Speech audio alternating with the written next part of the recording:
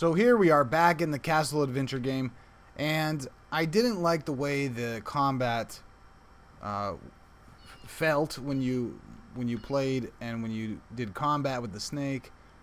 Um, and I also was building the AI completely by hand, and I realized I should be using a some kind of AI state machine. And so I started looking into a solution for that, and I found that behavior trees work really well for AI.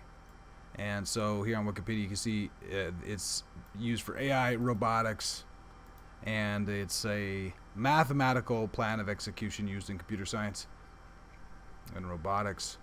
And you can read about how it works. There's a couple good articles here. I'll put some links to these in the descriptions, how they used it in Halo 2. And for Unity, the hands down solution for behavior trees is Behavior Designer from Opsiv. So Behavior Designer here lets you build the behavior trees in Unity. So you can see that's what I have here for the snake. Now this is his complete AI.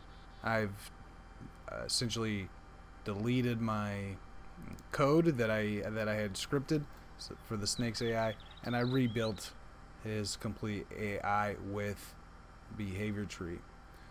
So let me just pull the game window. Alright, so here we go. We can see the snake's AI, and then I'm gonna go ahead and do some combat with him. I need to run up into this room so we can see while he's chasing me down.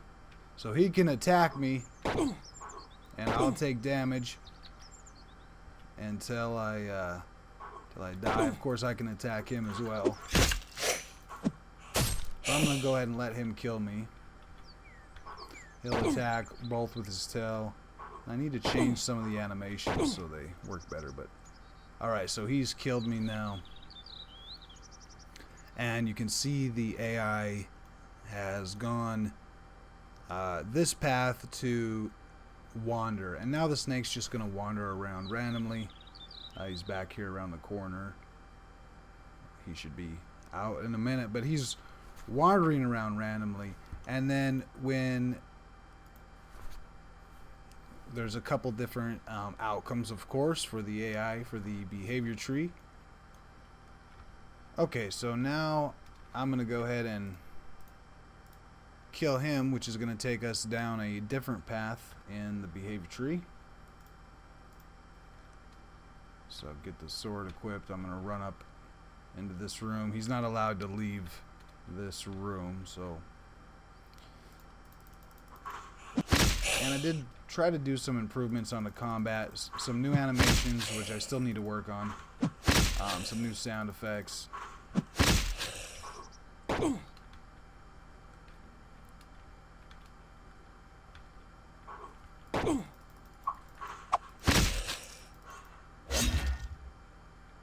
Alright, so he's dead, and take a few swings here just to make sure. Alright, so Snake is dead, and then I'll just go over real quick kind of how the AI is working here. And so when it starts, it uses a selector, which is like an OR, and so it says either this or this, and any one of these actions basically is going to return true or false. So the first is it does a selector which tries this, which is it compares a shared float, and it's the health, and it's 0. So if the health is at 0, it stops the NavMesh agent from moving, and it plays the animation for death, and then it completely stops the behavior tree, and the behavior tree is done. The other path it could take is if the selector checks here and the health is not 0. So anytime the snake is alive, this will return false, and the selector will continue on down to this path. So now we have the sequence. So here we have a sequence which is similar to an AND operation. Will return failure as soon as one of the children tasks return failure. So we immediately go into another selector, which is, so it's either going to do this or this. So the snake's either going to take damage or he's going to follow and attack the player. So here again we do similar to the check compare a float, we do a compare a boolean, and that is the boolean take damage. If the snake has taken damage from the player swinging the sword at him, then it will go ahead and play all the rest of these actions. It looks like I have one I need to get rid of here that's not being used, but so here it runs down, it plays a random sound effect, and if the snake is not taking damage, then he follows and attacks. So that runs a sequence which pursues the character, the player, and then once he's done pursuing, so he's arrived at the player, it runs a sequence which makes the snake rotate towards the player and then do a random attack. And the other thing that could happen here is if it compares, it's checking a boolean value here, and the boolean value is player is dead. So if the player's health has got to 0, then this sequence will go ahead and continue, and the snake is going to wander at that point. So one last time, I'm going to pick up the sword, and you can see right now the snake is just pursuing the player.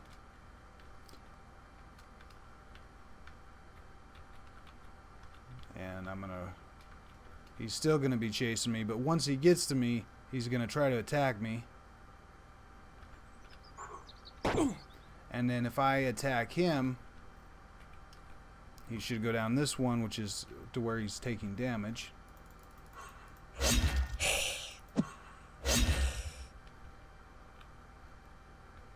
And then if he kills me,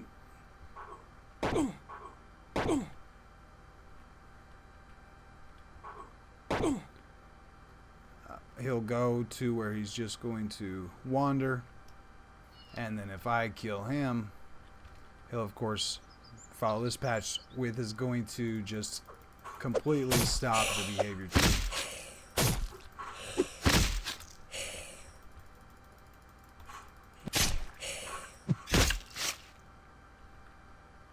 Alright, so that is how I'm doing the AI for this game. I'm using behavior trees and using Behavior Designer, and it should make it pretty fast and easy to make different AIs for different characters, and rapidly prototype and develop the AIs that these guys are going to use in the game. So hopefully this makes AI a lot easier in all the games that I make going forward. This of course would work with any type of AI, whether it was a first-person shooter or an adventure game like this, or an RPG where you just want to have NPCs patrolling around. Any type of AI this would work really good for, and I think it'll make it really fast and easy. So I put a link to Behavior Designer and some more information on behavior trees in the description. Make sure to check that out. And now that I finally have a pretty good combat system, I still need to work on it, make it a little better, but it's pretty good at this point. I should be making some progress on this game and moving forward, get it on Steam. So thanks for watching. I'll see you guys in the next video.